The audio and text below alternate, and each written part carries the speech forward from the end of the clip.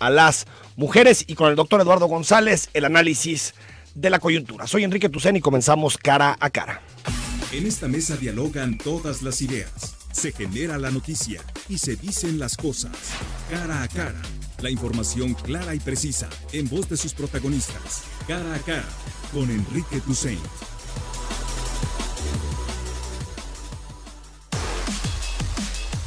9 de la mañana con 5 minutos, acuerdo total entre las fuerzas parlamentarias para impulsar la Guardia Nacional. La mayoría de Morena en el Senado de la República cedió ante la posibilidad de que el mando sea civil y no militar, ante la posibilidad de que se incluya un transitorio de 5 años para que el ejército deje las calles mientras se configura y se conforma la Guardia Nacional, y también sobre los tribunales, que la Guardia Nacional y los militares tengan que enfrentar posibles delitos en tribunales civiles. Más adelante les damos más información. En unos minutos van a salir las 8 fuerzas parlamentarias representadas en el Senado a anunciar el acuerdo en relación a la Guardia Nacional. Pero empezamos hablando de los nuevos delitos que se agregan, que se adicionan al catálogo de, digamos, delitos graves que ameritan prisión preventiva oficiosa. De acuerdo la reforma que se impulsó en la Cámara de Diputados, se incluyen delitos de corrupción, uso electoral de programas sociales,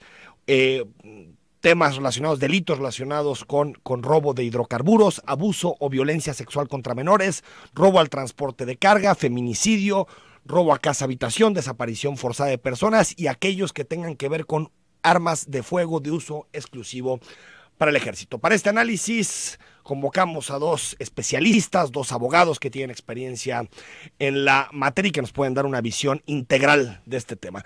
Rogelio Barba, de la Universidad de Guadalajara, muy buenos días. Estimado Enrique, aquí estamos. Muchas gracias por la invitación. Gracias por acompañarnos y gracias por recibir esta llamada. Rodrigo Lazo, profesor de la Universidad Panamericana. Rodrigo, ¿cómo estás? ¿Qué tal, Enrique? Buenos días, a tus órdenes. Un gusto estar con tu audiencia. Oye, Rodrigo, a ver, empezamos contigo. ¿Cómo ves esta reforma? Pues mira, la verdad es que fue un tema que se trabajó mucho, como sabes, viene de la Cámara, primero de la Cámara Alta con senadores, luego con diputados, se regresaron algunas modificaciones, pero finalmente el grupo de abogados que estamos en el lado del litigio, abogados que estamos en la parte académica, pues yo creo que la mayor parte de este tipo de grupos, ya sean barras de abogados, colegios, etcétera, universidades, estamos en contra o lamentamos que se haya ampliado el catálogo de delitos que ameritan prisión preventiva oficiosa, puesto que esto es un retroceso, Enrique, sin duda lo que se había logrado, lo que se había avanzado con la implementación de nuevos sistemas, sobre todo pensando en que con esto se beneficia o se privilegia el principio de presunción de inocencia. Este tipo de medidas o este tipo de acciones legislativas lo único que hacen es dar pasos atrás en ese sentido que se había ganado, ¿no? El campo que se había ganado, te puedo decir que en mi opinión es un retroceso. Es lamentable porque en realidad lo que generó esto es que la población o la opinión pública sentía que con la implementación del nuevo sistema estaba aplicándose, seguramente has escuchado el término de la puerta giratoria. Sí, sí, sí. Y creen que ampliando el catálogo a nivel constitucional se va a eliminar este fenómeno, ¿no? La realidad es que no, y creo que pues vamos a empezar a ver muchas acciones penales que van a ir por estos delitos con el ánimo de mantener a gente en muchos casos inocente en prisión preventiva oficiosa mientras se lleva a cabo su juicio, ¿no? Bueno, en este momento, antes de pasar a la opinión de Rogelio, está Ricardo Monreal, presidente de la Junta de Coordinación Política, anunciando el acuerdo sobre la Guardia Nacional. A su derecha está Miguel Ángel Osorio Chong, a la izquierda el coordinador de los senadores de Acción Nacional, para anunciar el acuerdo sobre la Guardia Nacional. Rogelio, tu opinión sobre este tema de la prisión preventiva. Y comparto la opinión del grupo de abogados en el sentido de que se violenta principalmente la Constitución en relación a los tratados internacionales y los derechos humanos, porque se está violando el principio primordial que tiene que ver con el principio de presunción de inocencia. Verdaderamente este tipo de modificaciones penales no contribuyen precisamente a la consolidación del nuevo sistema de justicia penal que estaba inspirado en un garantismo en el cual el principio de culpabilidad y todos los elementos para imputarle el hecho a una persona, pues se los están brincando para facilitar, para economizar tiempo y establecer la prisión oficiosa a un número clausus de delitos, que son delitos que atentan a la sociedad en su conjunto, pero que no es la respuesta correcta. Vamos, yo creo que se tuvo que haber fortalecido más, o se debe de fortalecer más el sistema de investigación, aportar más a la formación de los ministerios públicos, para que den una respuesta más coherente y no allegarnos a estas medidas que lo que van a hacer es hacinar más las prisiones de los que ya están. Ahora, Rogelio Barba, si hay algunos delitos muy graves, por ejemplo, feminicidio, desaparición forzada, que tal vez uno pensaría que sí ameritan prisión preventiva o no. Por hacer una división entre delitos, ¿no? Entre los que se incluyeron. Sí, incluyen delitos que atentan contra la libertad sexual de menores, secuestro y otro tipo de figuras. Pero se tiene que poner en marcha el mecanismo de comprobación del delito para poder después imputar el hecho a esa persona.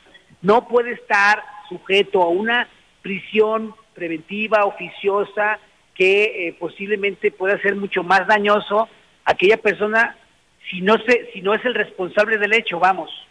El tema tiene que ver con la investigación de los delitos y poder imputar, porque si al final se declara que no es esa persona la que cometió el hecho, lo que estamos haciendo es imponer un mal por otro mal.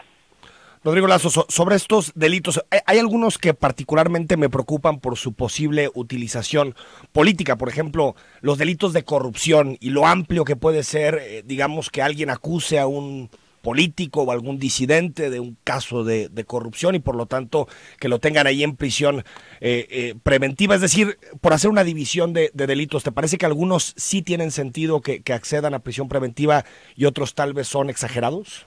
Fíjate, Enrique, que quizás te va a llamar la atención mi opinión, pero yo creo que no deberíamos de tener ni siquiera uno solo de esos delitos dentro de un catálogo de prisión preventiva oficiosa.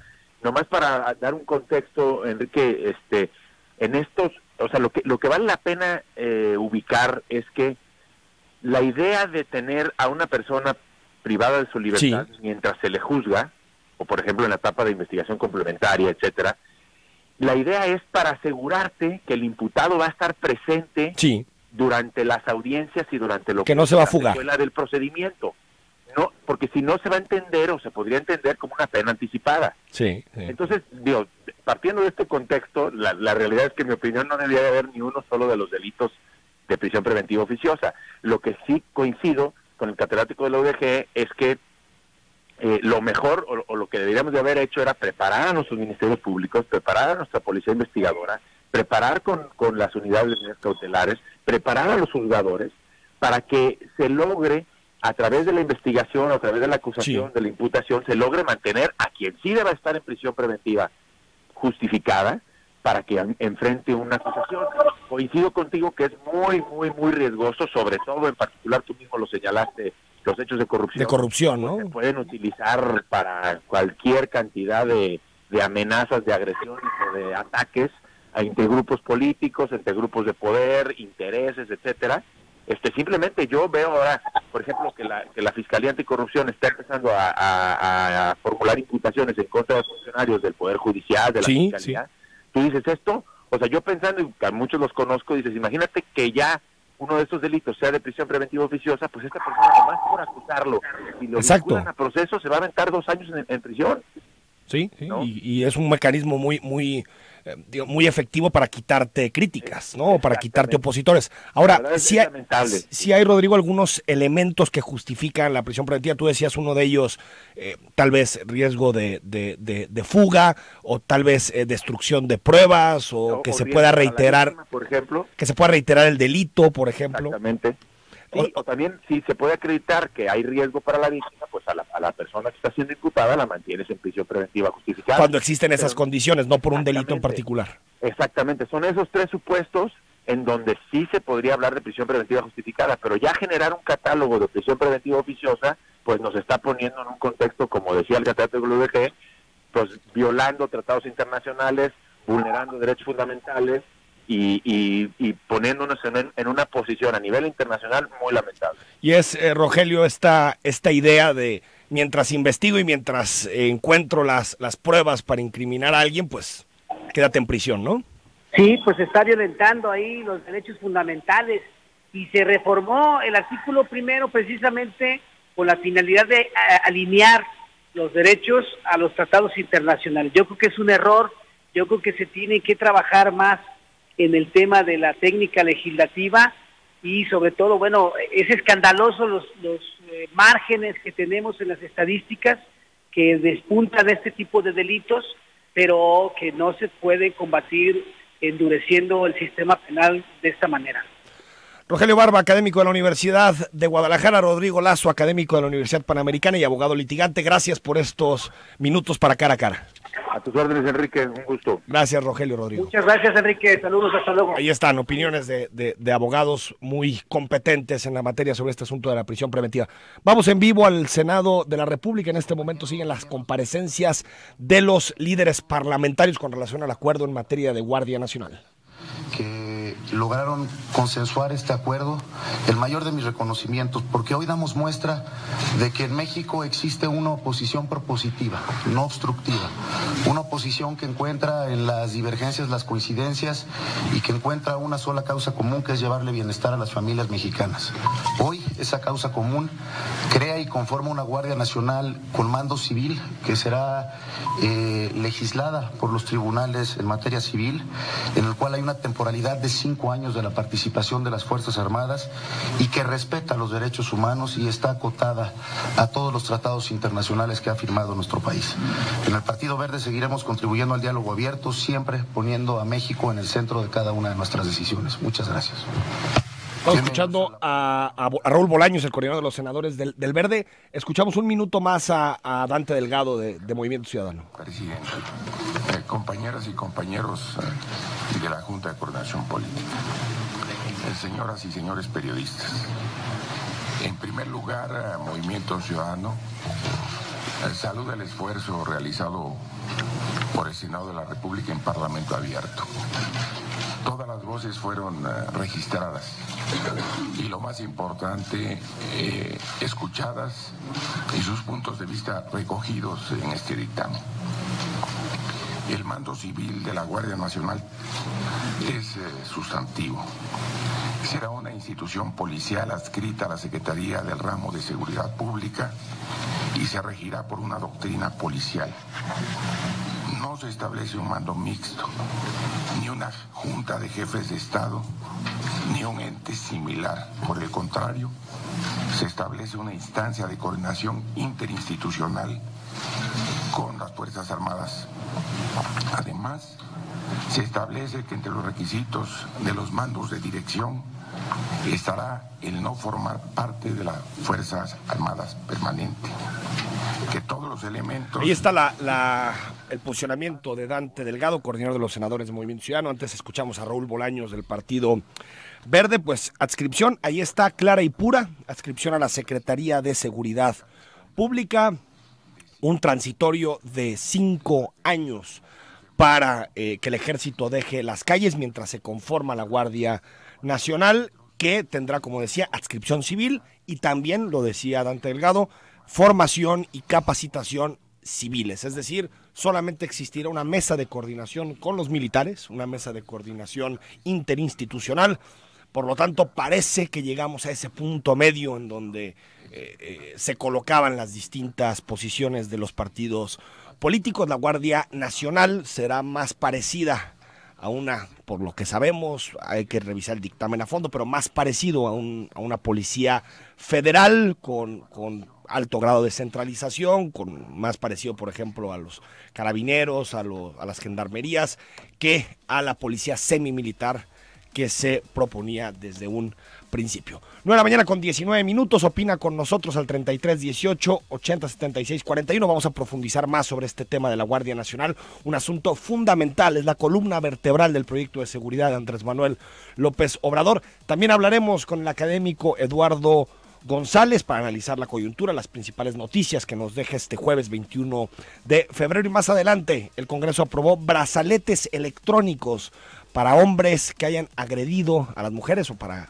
agresores en materia de violencia de género. Y platicaremos con la diputada Sofía García. Opina con nosotros al 33 18 80 76 41. La Guardia Nacional, ya hay consenso sobre este cuerpo. Parece que tendrá adscripción civil, formación civil, que no tendrá relación orgánica con la Secretaría de la Defensa Nacional, y están en este momento los grupos parlamentarios. Ahorita está hablando Miguel Ángel Osorio Chong, anunciando que se llegó a un acuerdo. Opina con nosotros acerca de esto que será pues el proyecto más importante en materia de seguridad de Andrés Manuel López Obrador. Doctor Eduardo González, muy buenos días. ¿Qué tal, Enrique? Buenos días, un saludo. Oye, pues ayer el acuerdo parecía imposible. En la tarde, incluso tuvimos aquí en el noticiero Emilio Álvarez y Casa, nos decía, ni de broma vamos a votar eso. Algo pasó en la noche y pues hay acuerdo en materia de Guardia Nacional. Sí, a mí me parece que el asunto de la Guardia Nacional, pues yo lo he manifestado en ese sentido. Es decir, todos los caminos parecía que llegaban a la Guardia Nacional por la ventaja que podía tener el presidente, por la ventaja del legislativo, por las ventajas de los presidentes municipales, de los gobernadores, en términos de la incapacidad que tienen por atender los niveles de seguridad, de inseguridad y de violencia en sus demarcaciones. Pues a mí me parecía que todos estos espacios políticos pues iban a finalmente a ir cediendo, aunque también pidiendo algunas condiciones especiales para aprobar el proyecto de la Guardia Nacional.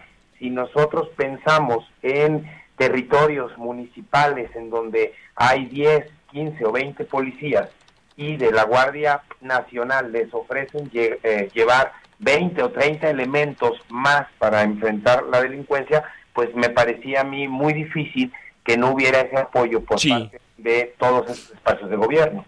Yo creo que también ahí hubo una especie de alineamiento, como se dice, Eduardo, de los incentivos, ¿no? Porque por un lado, Morena se tenía que mover un poquito de sus posiciones, no podía ser maximalista porque, pues al final, la oposición tenía argumentos para decir, hoy nos preocupa esto, el mando militar, los derechos humanos, pero también la oposición, al ver las encuestas y el gran respaldo que hay al proyecto de Guardia Nacional, pues también no quería quedar retratada como oponiéndose al proyecto y que después le pudieran endilgar los problemas de seguridad. Creo que ese tipo de incentivos operó para que al final todos vayan a votar a favor, ¿no?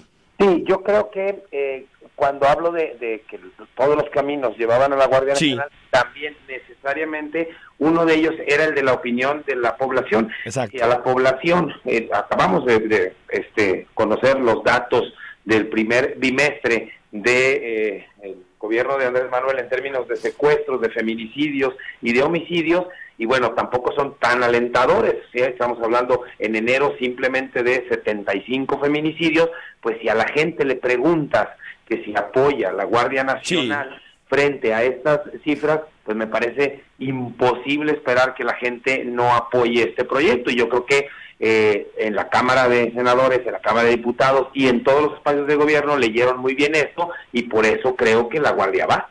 Y aparte yo creo, Eduardo, que tenemos un poquito que normalizar la vida parlamentaria, el disenso que existe en estos temas y llamarle con todas sus letras democracia. Es normal que el gobierno proponga algo, que la oposición le vea problemas, que se negocie y que se lleguen a acuerdos. Es decir, eso es la normalidad. Lo que a mí me parecía anormal es lo que sucedía, por ejemplo, en el sexenio de Enrique Peña Nieto, en donde pues Peña Nieto decidió utilizar al Congreso como su pues, casi oficialía de partes, hizo el Pacto por México, ahí acordaban todas las reformas y después ya nada más le decían al Congreso voten de esta manera. Me parece que esto es más normal en una democracia, lo que vivimos estos días, ¿no?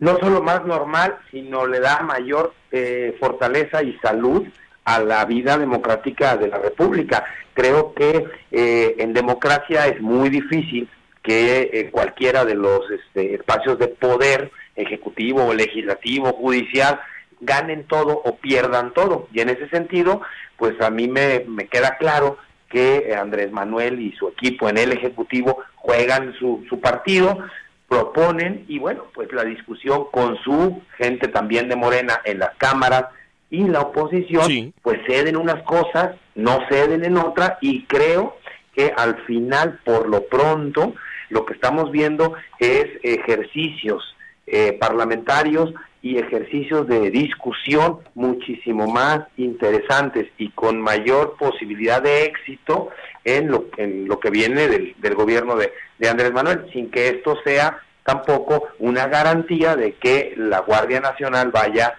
a conseguir lo que en el proyecto se espera que haga, ¿no? Y fíjate, yo tenía la impresión que un irreductible para López Obrador era el mando militar, pero me parece que el mayor irreductible que tenía era el transitorio para el ejército en materia de seguridad pública, que va a quedar en 5 años. Sí, de hecho... O sea, ahí sí no se dio en la temporalidad, pero no en sacar el transitorio.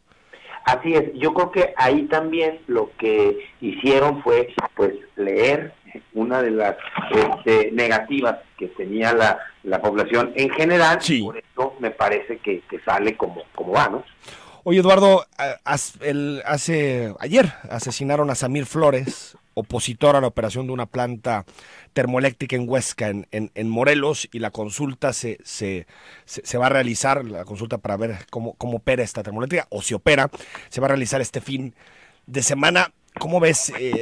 Por lo que sabemos de la prensa, llegaron dos autos, fueron 4 disparos, dos en la cabeza. Qué difícil situación, ¿no? Esta persecución a activistas y que gente que se opone a proyectos de determinadas características, pues termine siendo enterrado, ¿no? Sí, mira, Enrique, a mí me parece que habría que poner varias cosas sobre la mesa. La primera, por lo menos al día de hoy, no tenemos evidencia de que este asesinato tenga una línea directa con algún espacio de gobierno, municipal, estatal o incluso federal. Sí.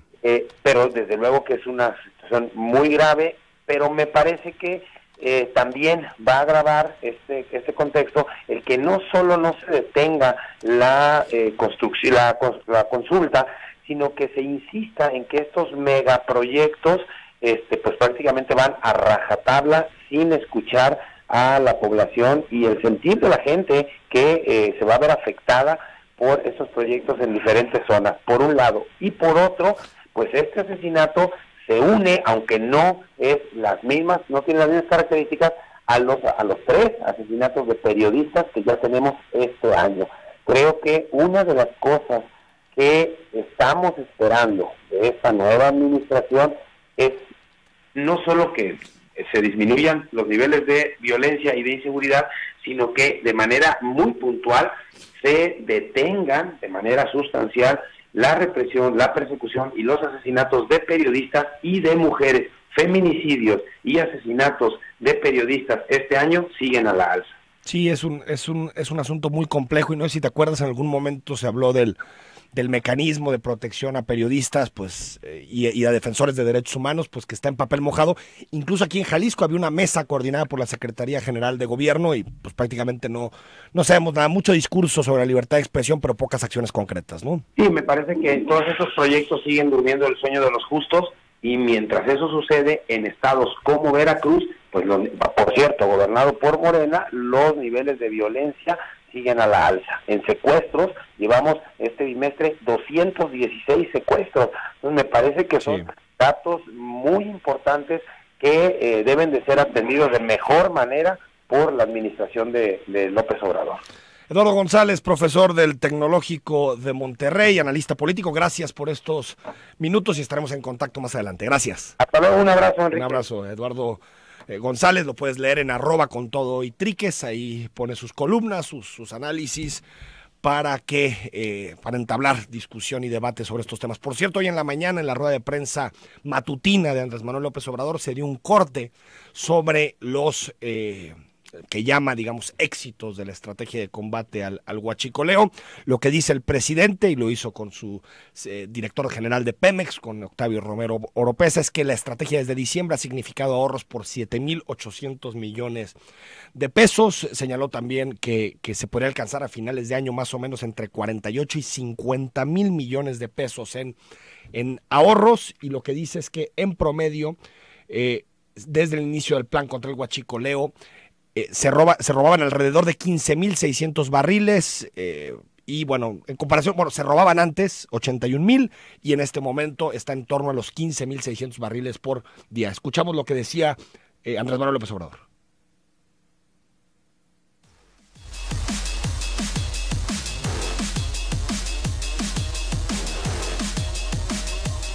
Se logró disminuir considerablemente el robo de combustible.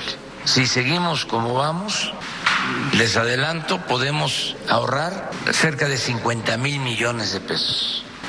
50,000 millones de pesos. Dinero que es del pueblo y va a regresar a la gente en beneficios de todo tipo. Pero esto nos permite tener finanzas públicas sanas. 50,000 millones de pesos que van a volver a la gente, así dijo López Obrador. Veremos cómo van a volver a la gente, porque el precio de la gasolina, y hoy lo publicaba el periódico Reforma, ha habido un incremento en el precio de la gasolina después del desabasto, 4, 5, 6%, arriba de lo que sería el ajuste inflacionario que platicó el presidente al inicio de este año. Y también es cierto que la estrategia de combate al huachicoleo ha traído costos adicionales que ha tenido que activar el gobierno. Por ejemplo, el gasto en pipas. Hoy el periódico Universal presenta una investigación completa sobre lo que ha significado el gasto en pipas en este contexto de combate al huachicoleo. Estamos hablando de en torno a unos 480, 500 millones de pesos en gasto específico para la contratación y el arrendamiento de pipas en el cambio de logística de entrega de combustible a Pemex. Es decir, ¿cómo veremos ese beneficio popular del combate al huachicoleo? Uno, en el rescate de Pemex. Pemex es una empresa con muchísimos problemas financieros. Segundo, en el precio de la gasolina. Y tercero, por supuesto, en un mayor aire y la posibilidad de que el gobierno invierta más en los derechos sociales, salud, educación y programas de este tipo. 9:35 a.m. Vamos al corte y al regreso hablamos sobre una propuesta que ayer aprobó el Congreso: brazaletes electrónicos para luchar contra la violencia de género.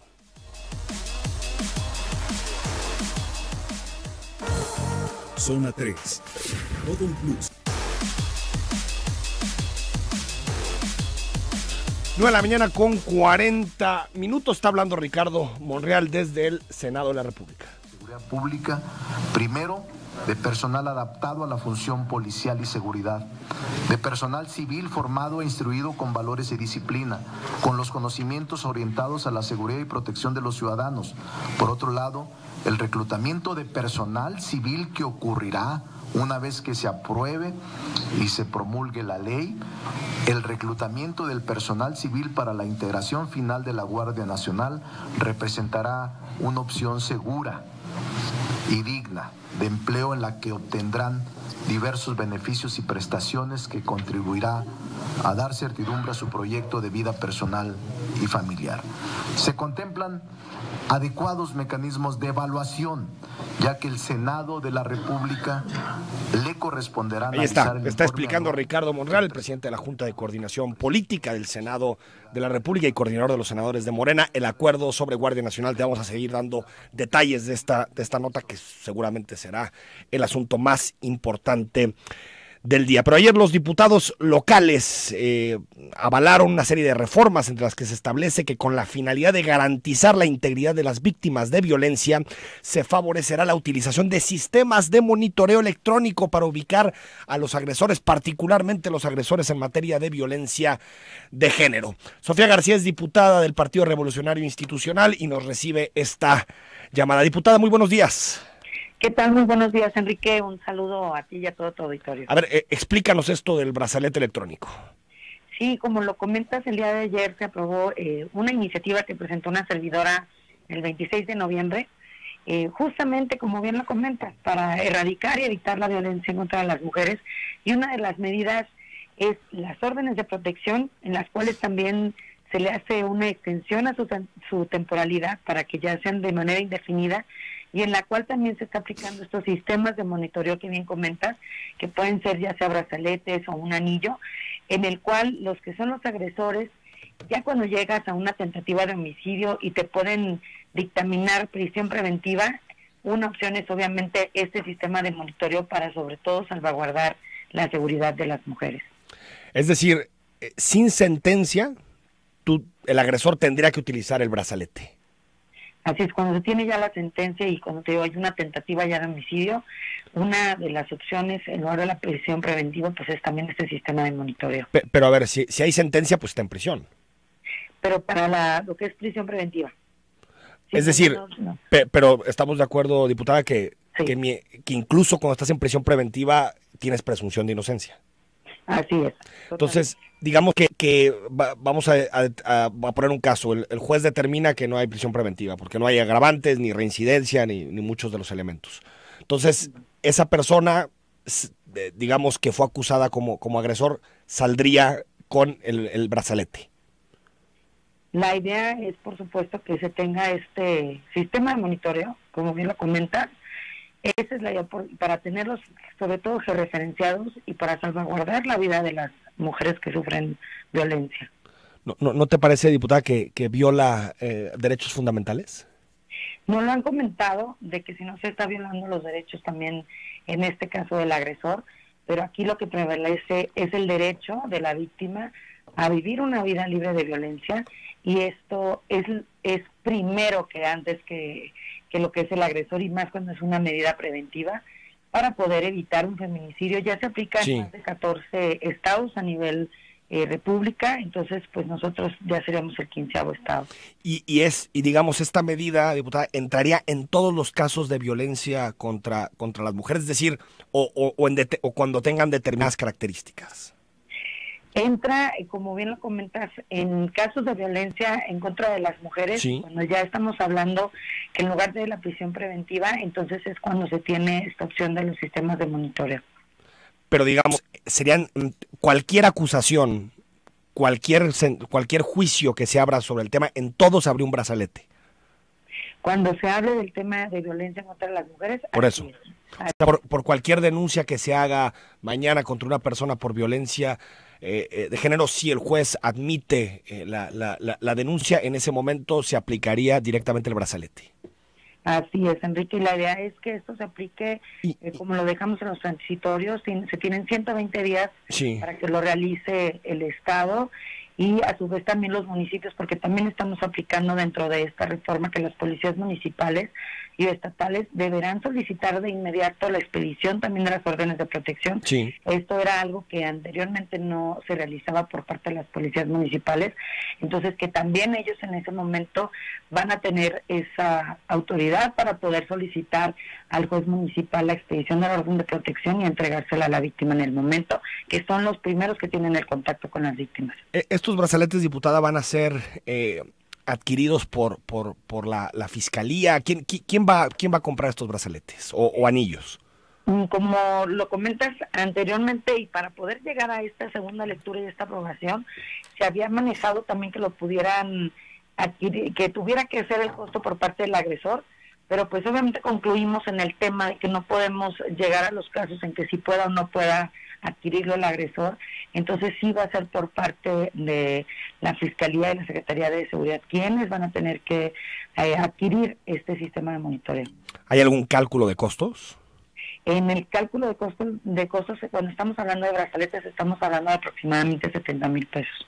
70,000 pesos por brazalete. Así es, y lo que tienen los brazaletes es que obviamente también pues son reutilizables, y yo siempre lo he dicho, aquí lo que debe de prevalecer es la vida de las mujeres, y estas medidas, pues realmente cuando hablamos de los costos a lo mejor se escuchan elevados, pero cuando hablas de la vida de una mujer, yo creo que claro, pero pues no tiene costo. ¿Qué hacer, diputada, para evitar en la implementación de esta medida injusticias? Es decir, yo coincido totalmente en que La situación de la violencia contra las mujeres es gravísima. Aquí le damos un seguimiento permanente a este tema, pero también pueden existir denuncias de determinadas características y que de pronto alguien que no cometió ese tipo de actos pues tiene que cargar un brazalete que afecta su intimidad, que afecta su desarrollo de vida cotidiana. No se pueden poner candados, filtros para que, digamos, esto no afecte de forma tan severa también incluso a personas que podrían llegar a ser inocentes. Yo creo que cuando se está manejando un proceso y el debido proceso con las pruebas y sobre todo cuando estamos manejando ya protocolos para poder identificar muy clara la violencia que se vive, y cuando se llega allá a esta determinada acción que es un sistema de monitoreo, es porque ya se tiene pues obviamente desahogadas las pruebas en las cuales pues vamos a preservar siempre el derecho de la víctima de tener una vida libre de violencia, para que no se llegue a casos de injusticia, sino al contrario, que como lo comento, pues que sea siempre que prevalezca el derecho de las mujeres a vivir una vida libre de violencia y que no se den estos casos. Yo creo que al momento, como lo sabes, y más ustedes que siempre han estado muy al pendiente de este tema, pues no se ha dado el caso de que haya pues injusticia en el tema de cuando se dice y se comenta pues que hay violencia por parte del agresor. Sí, pero conoces nuestro sistema judicial, ¿no? Diputada, hay mucha corrupción, hay muchos señalamientos infundados, hay muchos chivos expiatorios. A lo que me refiero es que esta medida es una medida muy de fondo, muy fuerte. Digamos, tener un monitoreo y un brazalete, una persona, un anillo, puede estar justificado para salvar vidas, como tú lo dices, diputada, pero también creo que tendría que haber ciertos mecanismos y ciertos contrapesos para evitar que haya arbitrariedades. Por supuesto, y como tú bien lo comentas, o sea, es un sistema en el cual tenemos que pues fortalecerlo y sobre todo pues creer en las instituciones y siempre salvaguardando la integridad y la seguridad de las mujeres, y más en este tema, y más cuando se está hablando que para poder llegar a utilizar este sistema de monitoreo, pues es porque ya se les está dictaminando pues prisión preventiva, ¿no? Pero siguen siendo inocentes, diputada. En prisión preventiva todavía no eres culpable, hasta que hay una sentencia en firme. Digo, eso es importante también que lo conozcamos en materia de debido proceso. Sí, por supuesto, pero como bien lo comenta, siempre prevaleciendo el derecho a la víctima a que viva una vida libre de violencia y pues que se lleve el debido proceso para que ella también esté tranquila. Eso es lo que tiene que prevalecer, y sobre todo, como te comento, también en las órdenes de protección, cuando antes eran de 3 meses, pues ahora quedan de una manera indefinida hasta que la víctima se sienta salvaguardada y que se sienta segura para poderla eliminar. Entonces son grandes avances, como dices, un gran proceso en el que vamos a dar avances en este tema, pero sobre todo el darles la garantía a las mujeres jaliscienses de que tienen esta nueva medida, ¿no?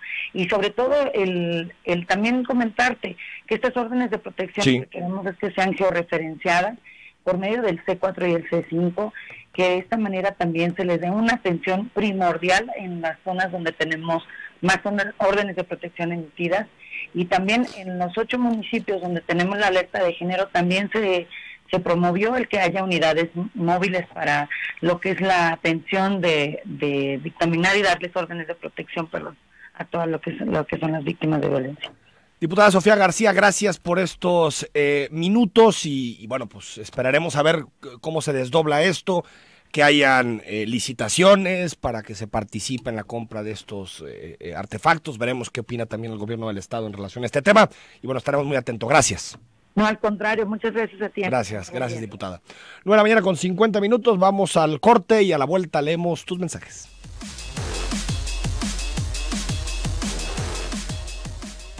Somos específicamente lo que quieres escuchar. Noticias. División de opiniones con relación al asunto de los brazaletes, que bueno, pues siempre son polémicos. Por ejemplo, Martín Beltrán, me parece bien la medida de los brazaletes, solo que como siempre hay un pero. Como bien lo dices tú, deja mucho que decir nuestro sistema judicial por los corruptos y fáciles de sobornar. Ahí está el pero. A ver, yo creo que todos estamos de acuerdo que la violencia doméstica, la violencia de los hombres a las mujeres es un asunto muy grave en nuestra sociedad. y en sociedades machistas, por supuesto que es un asunto muy delicado. Pero también hay que, digamos, situarnos en un espacio en donde no se violen derechos fundamentales, no se violen derechos al debido proceso, no se generen juicios sumarios con relación a este tipo de temas. O sea, entender bien que la prisión preventiva no hace a nadie culpable, sino hasta que hay una sentencia en firme de un juez, y que también, si bien es cierto que pueden ser útiles para rastrear y incluso para disuadir ciertas conductas, también es cierto que puede ser, si alguien tiene palancas con jueces, si alguien tiene y le quiere vengarse de una persona, lo puede utilizar para tenerlo monitoreado. Es decir, creo que tiene que tener filtros, tiene que tener candados y se debe hacer de una forma transparente. Gracias, Martín, por tu comentario. Víctor, buen día. Pregunta, si el agresor es mujer, ¿qué pasa? Si el agredido es varón, ¿qué sucede? Bueno, supongo que ahí no hay ninguna diferencia. Pues supongo que también el problema es que el 99.9% de los casos es agresión de hombre a mujer. Entonces, pues, digo, no sé en ese caso en específico, supongo que se opera de la misma forma, ¿no? Y se busca, uno sentenciado gaste 70,000 pesos. ¿Qué pasará si es inocente? ¿Se le devolverá el dinero? Pues las fianzas también operan de esas maneras. Pero fíjate, con el asunto del brazalete nos dice que no, que lo va a comprar el gobierno. Hay que ver si todos los casos de violencia doméstica, de violencia de género, al interior de las casas o afuera en el espacio público, implican el gasto en la compra de un brazalete o un anillo, pues saquemos la cuenta. Es una cantidad de dinero impresionante. Yo creo que se van a tener que ajustar algunos criterios para la utilización. 9821, estoy de acuerdo con la diputada. Yo en particular he sido violentada por mi expareja, he ido a las instancias en relación inclusive al Instituto Jalisciense y no he tenido respuestas. Gracias, 9821, por compartir tu experiencia. 7101, buenos días. Eso ya está contemplado en la CNPP, en el apartado de medidas cautelares, el Código Nacional de Procedimientos Penales, creo que es lo que te refieres. No se ha aplicado porque no los hay, y por otra parte no está claro quién cubrirá el costo. Artículo 155, fracción 12, no es una nueva medida. Gracias, 7101, por aclararnos esta parte y es cierto lo que señalas. Ya es una medida que se ha utilizado en el pasado. Eduardo Vallejo, sobre los brazaletes, creo que estamos todos de acuerdo en que la diputada nomás pudo explicar cómo se evitarán abusos contra inocentes. No pudo explicar cómo evitarán abusos contra inocentes en este caso. Es una lástima. Creo que se necesitan, Eduardo, controles. El debido proceso es un derecho fundamental de todos. Nos acusen de lo que nos acusen. El debido proceso es algo que tenemos que proteger. José Ángel López, 70,000 pesos por brazalete, me huele a negocio. A mí también, José Ángel, esperemos que, realmente no estoy muy empapado en los costos de los brazaletes electrónicos ni de los anillos, pero haremos una investigación en la materia. Gracias. César Velázquez, buen día, muy buen discurso. Aseguran por la gasolina, pero nadie dice nada del precio, nomás es puro teatro para que siga subiendo. Sí, yo creo, César, que tenemos que exigir no solo un combate eficaz al robo de combustible, sino también pues que se cumplan las promesas que se hicieron, y una de las promesas era que se iba a congelar el precio de la gasolina, y sí se está moviendo. 1613, daré mi voto de confianza. No es posible que solo de ayer hubiera tantos muertos de forma violenta, además de los secuestros de los que más duelen, los niños. Gracias, 1613. Buen día, estimado Enrique, nos dice Héctor, en el tema del catálogo de delitos para prisión preventiva, parecen ocurrencias para darle la vuelta y hacer las cosas bien. ¿Qué es? Policías, ministerios públicos, órganos de impartición de justicia confiables y profesionalizados. Claro, eso lleva tiempo y mucho esfuerzo, solo buscan resultados rápidos, pero mal hecho, es la verdad. Pues sí, siempre es la tensión entre lo importante y lo urgente. Lo importante, como tú dices, Héctor, es precisamente lo que señalas: los policías, los ministerios públicos, jueces confiables. Y pues como es una labor tan ardua y muchas veces de trabajo de fontanería, porque no es muy mediático, no es muy visible, tal vez no ganas muchos votos, es un trabajo muy a largo plazo, pues prefieren irse por endurecimiento de penas, endurecimiento de catálogos de prisión preventiva, que después sabemos que con nuestro nivel de impunidad pues es casi llamadas a misa. Nos dice Alfredo, gracias por comunicarte con nosotros. Alfredo, leo en la prensa que, contrario a lo prometido, el precio de la gasolina sigue subiendo, que el procurador en tiempos de Humberto Moreiro será ahora el encargado de investigar delitos en las aduanas. Cierto, gracias por recordarnos del tema, Alfredo. Que Alfredo Barba coquetea con el gobierno en turno, sí, también. Que la Secretaría de Comunicaciones y Transportes ha dejado de licitar obras para dárselas a puros cuates. Que se amplió el catálogo de delitos que ameritan prisión preventiva, lo que seguramente afectará a jóvenes pobres. Podrían continuar por una sola duda. No se supone que habíamos sacado al PRI del poder. Saludos, Enrique. Ojalá algún día pueda hacer un programa con Carlos Bravo, regidor. Lo voy a invitar, Alfredo, con gusto a Carlos Bravo. Tenemos relación, lo vamos a invitar, y creo que hiciste una excelente síntesis de los temas, sobre todo de la política, ¿no? de este jueves. Claudio Villa, buen día Enrique, se ve a tus invitados no han sido víctimas de delitos y que salen más rápido de lo que entran. Esto se podrá aplicar cuando las autoridades estén bien capacitadas, hoy no funciona. ¿Qué tal Enrique? Buen día, hablan de una pulsera para hombres que maltratan a las mujeres. Yo en lo personal sufrí violencia de una mujer. ¿Y ellas qué? ¿Quién las vigila? Se supone, Itzhak, que es una medida general, aunque por supuesto que hay más agresiones de los hombres a las mujeres. 9016, si no compraron los dispositivos para el nuevo sistema penal, menos para esto. Luis Gabriel Martínez, la poca sensibilización de los ministerios públicos y la enorme importancia que le dan a estos temas por no haber mucha mochada de por medio son parte de la violencia y cómo revictimizar. Y bueno, Fede García, que también nos dijo, las leyes son para cumplirlas. Gracias por el asunto de los taxistas, que ayer también lo platicamos. Miguel Ángel Santiago, ¿quién aumentó la gasolina? ¿El gobierno o los dueños de las gasolineras? Tiene que ver con todo el debate que hemos tenido. Se supone que nada más iba a haber un ajuste inflacionario, pero más adelante en la tercera emisión de Zona 3 Noticias vamos a profundizar sobre este tema del precio de la gasolina. Nos vamos, mañana está con nosotros Margarita Sierra para hablar de los mecanismos de participación ciudadana, todas las reformas que está promoviendo la administración de Enrique Alfaro, y por supuesto a las 6 retomamos la discusión en la tercera emisión de Zona 3 Noticias.